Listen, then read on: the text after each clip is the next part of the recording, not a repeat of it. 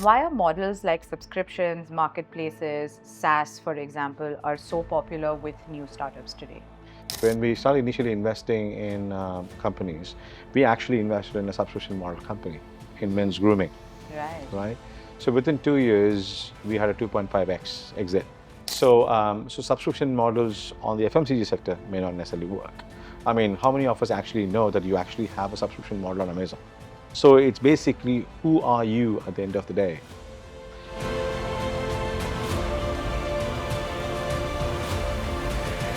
How does passion versus money play a role in terms of when you want to invest it, not just as a venture capitalist, but also as someone who's looking at a business? See, there is a happy part scenario and then there's a dead scenario. It's not about how things are when everything is going right. It's about what you stand for when everything has gone south. Yeah, absolutely. So basically, that's why a founder is very important.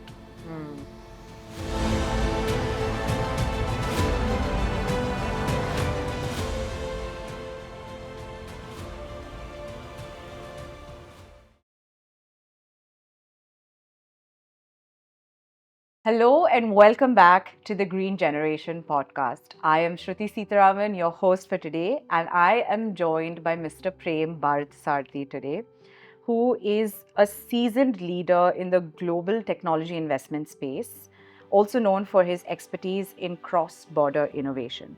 He is the founder and managing partner of Pontac, a UK-India focused venture capital fund that has been active since 2015. Pontac was the first dedicated UK-India fund, a milestone acknowledged by former UK Prime Minister Theresa May. He's also an entrepreneur at heart, and Prem has built Pontac from the ground up and often refers to venture capital as his product, reflecting his deep commitment to fostering innovation. His vision for Pontac is rooted in advancing society through technology, guided by the principles of progression, preservation, and inclusivity. Over the past 10 years, Prem's leadership has made or helped Pontac make more than 150 investments. So today we're talking about business, investment, sustainability, all of that. Pontac also covers 23 Indian states and 2 regions in the UK. Notably, 30% of the portfolio companies are led by women, which is again something that's so important to note. And I can keep going with the introduction, but I'm also going to tell you that Prem is an active contributor to public sector innovation initiatives. He also serves on the National Startup Selection Committee, appointed by the Government of India, and is a member of the FICCI UK board. He has also advised the UK government as part of the UK-India Technology Transfer Group. He has been recognized amongst the UK 40 under 40 and listed among the top 100 Asians in tech in the UK and a finalist in IOD Director Awards, underscoring his ongoing role in shaping the UK-India tech investment corridor. So I think you know already how privileged we are to have him here today to join us in this podcast. And I'm going to shoot right into the questions in terms of the big picture, right? So when we say new generation startup, what makes it different from the old school way of doing business? Well, thanks, Shruti. Thanks for having me. I mean, startup is not a new coinage. It has been there for centuries. I mean, as you did articulate in the introduction, we think of startups as an evolutionary thing, as and when civilization moves to the next best version of itself. But then for that to happen, there are 3 core principles which govern civilizational transformation, which is what we call progression. Now, when I say progression, we originally had a barter system of trade, which over a period of time changed into currency or coins, and then eventually debit cards, and now UPI. Tomorrow, God knows what's going to be. So in each of these technology transitions, or each of these transitions of the system of trade, the underlying trade thrived. But we were actually transforming to the next best version through the technology of that era, which was coins then, and then currency. But then you have to find the next way because you're going to improve upon yourself. So that is on the progression side of things. Then you have the preservation. Right? When I say preservation, I mean, very classic example is plastics then versus problem solver. Yeah. Today it's a problem creator, right? And if I were to get into the extraordinary situation, we wanted to reduce the time frame of travel. So what did we do? We built bridges. So then bridges were the problem. Today we have to preserve the bridges, else the bridges have a problem of kind of falling off like a pack of cards, and you really have to solve it. And the third is what I call the inclusivity element of it. Now, inclusivity is bifurcated into both the financial inclusivity and the fitness inclusivity. Okay. So financial, obviously, you know, the bottom of the pyramid, the top of the pyramid, and if people don't marry with each other in terms of the magnitude, then there's an ecological imbalance. And then by fitness divide, you're talking about people who are either born with or acquired through life in terms of fitness issues, and which needs to be sorted out for an economical to sort out the economical imbalance. So when we say startup in my view is all about identifying problems in each of these three areas in different segments. When I say startup is all about identifying opportunities in each of these three core pillars. And the mechanism in which they try to address it is through technological and societal improvements at that point in time. So it's, I mean, it's all addressing all of the sustainable goals that we've spoken about, right, in the podcast as well. But that's why it's so important to talk about all of the startups addressing the societal or the requirements to preserve. And it's very interesting that you say all of the innovations have now also become the problems to preserve. Yes. But in terms of global trends today, like AI, Web3, or sustainability, what is really shaping up to be part of startups? I think, as you can see, I mean, all the key things that you mentioned, which is AI, Web 3.0, or sustainability, are parts of the new age mantra of what we are trying to address. And if you think about AI, I mean, previously we were talking about AI in terms of efficacy and efficiency improvements.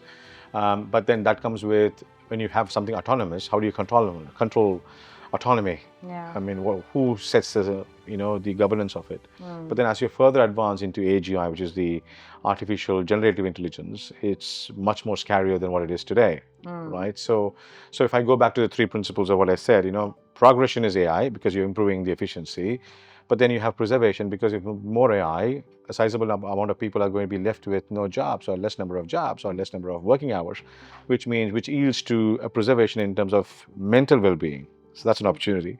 And then you also, with the same AI, you also have financial inclusivity coming in, because people are going to be left out of jobs, which means more people are going to go into the poverty ladder, and more people are going to be on the topmost in terms of the much rich ladder. So how do you bridge both? So this one single thing of AI gives you all the three. So which one are you going to address? It's a factor of time that look at. The same is the case with Web 3.0. The same is the case with sustainability, right? I mean, today, if I talk about sustainability again, okay, fine, we're moving to EV, great, no problem. But who's going to dispose of the batteries? Right. So you're moving from. So we human beings have a phenomenal way of solving one problem today and creating five for the future. Absolutely, and I think that's precisely what we hope to want to create in terms of awareness or education with this podcast, and with all of the people who are joining us in this podcast, to try and understand how one solution can then cause further problems and how we should be addressing it, which is great to understand. But startups today often chase growth but also need profit, right? How do they balance the two with this constantly evolving and ever-changing trends, or new solutions then become problems eventually? So how are they able to chase both of these? I think profit or growth, I think that's a very flamboyant term. I mean, I think everything starts from home. Right.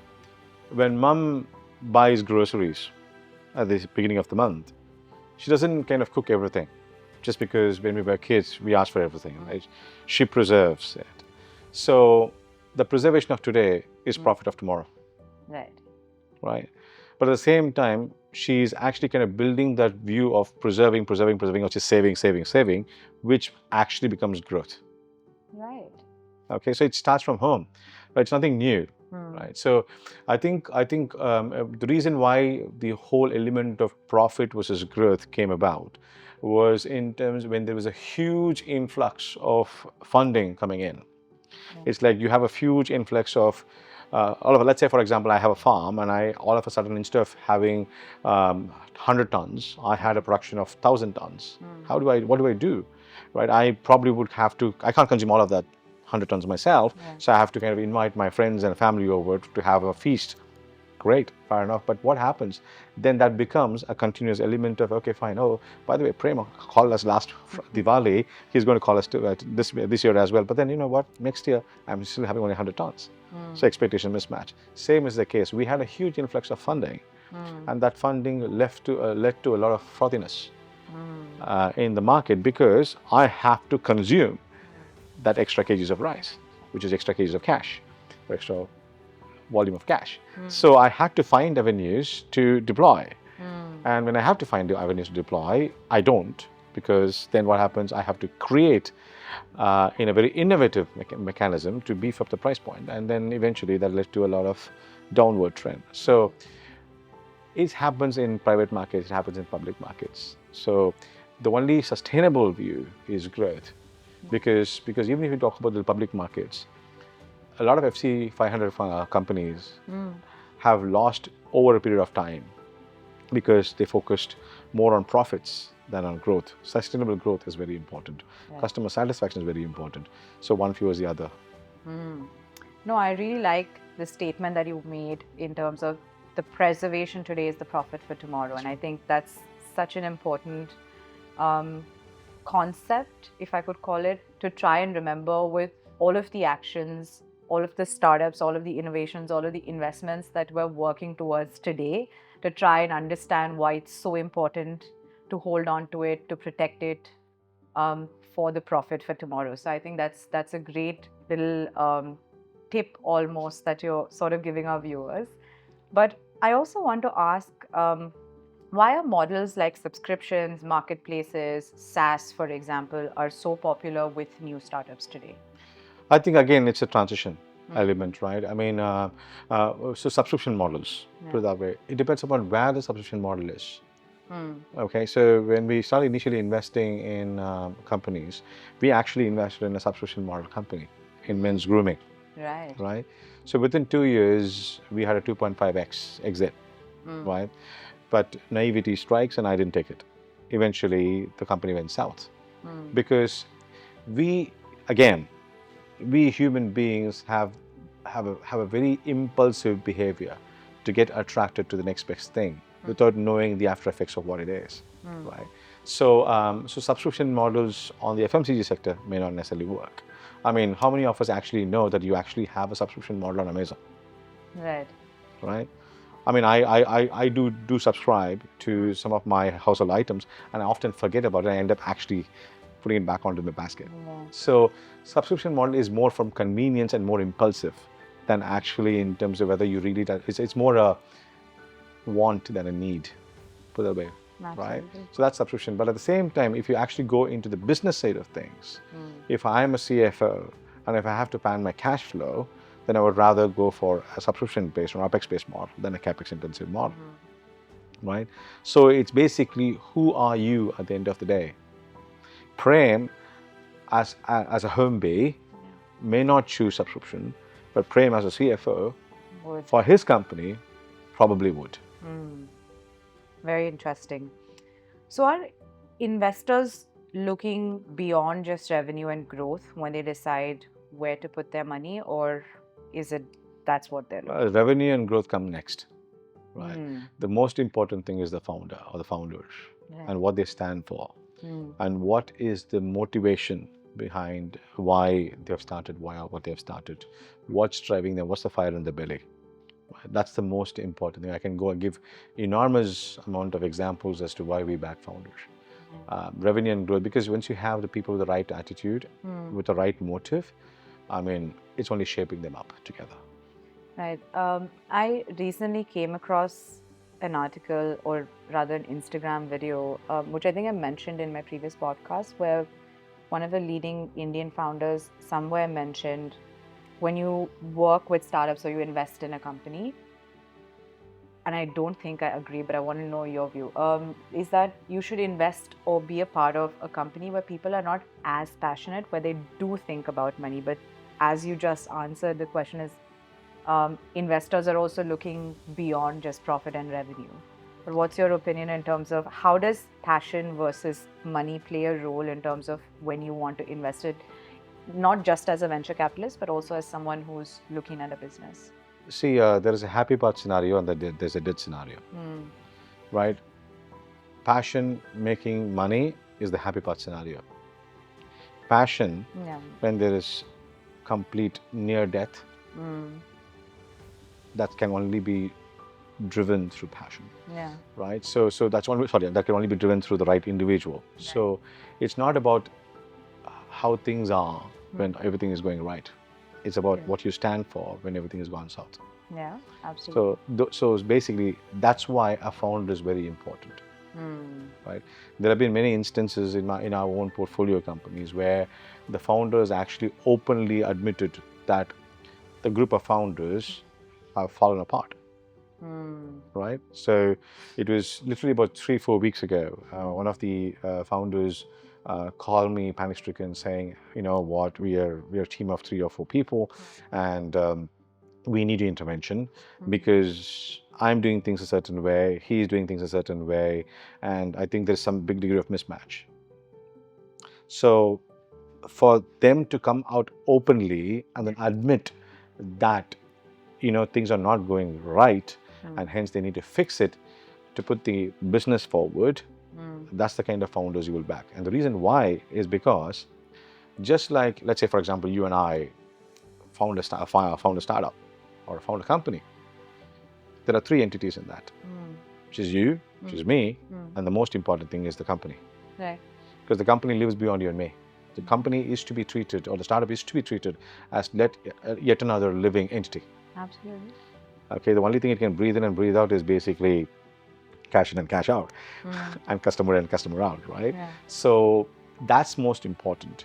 So for people who are able to admit their mistakes and are willing to adapt and adopt, those are the kind of people you want to back. I mean, again, I think this is a great tip for viewers, any of you that are entrepreneurs or planning to be an entrepreneur, or are a venture capitalist, or are interested in companies for investment in any way or form. I think these are such important tips to sort of pay attention to. And I think for me, as someone who is now running a media production company, it's also a great tip to hold on to. And I think it's always important that your integrity, where you stand at, the fact that they always say, right, at least that's what I've heard from my parents, is that the first step to finding a solution to a problem is admitting that you have the problem. So the more you are to run away from the problem because you want to mask it, whether it's to investors, venture capitalists, or anyone else involved, the more you address it, the more likely you're able to solve it. And that's what I've understood from general life lessons that I've heard from my parents. But you've also reiterated that, which is great to know. How much does having, I think you sort of answered this, having a purpose story, but in terms of saying being socially impactful or being green, how much does this actually matter to investors today? I think the answer is slightly different. Am I investing in a company which is non-green? Am I investing in a company which is non-ESG or non-SDG? I think that's the whole mantra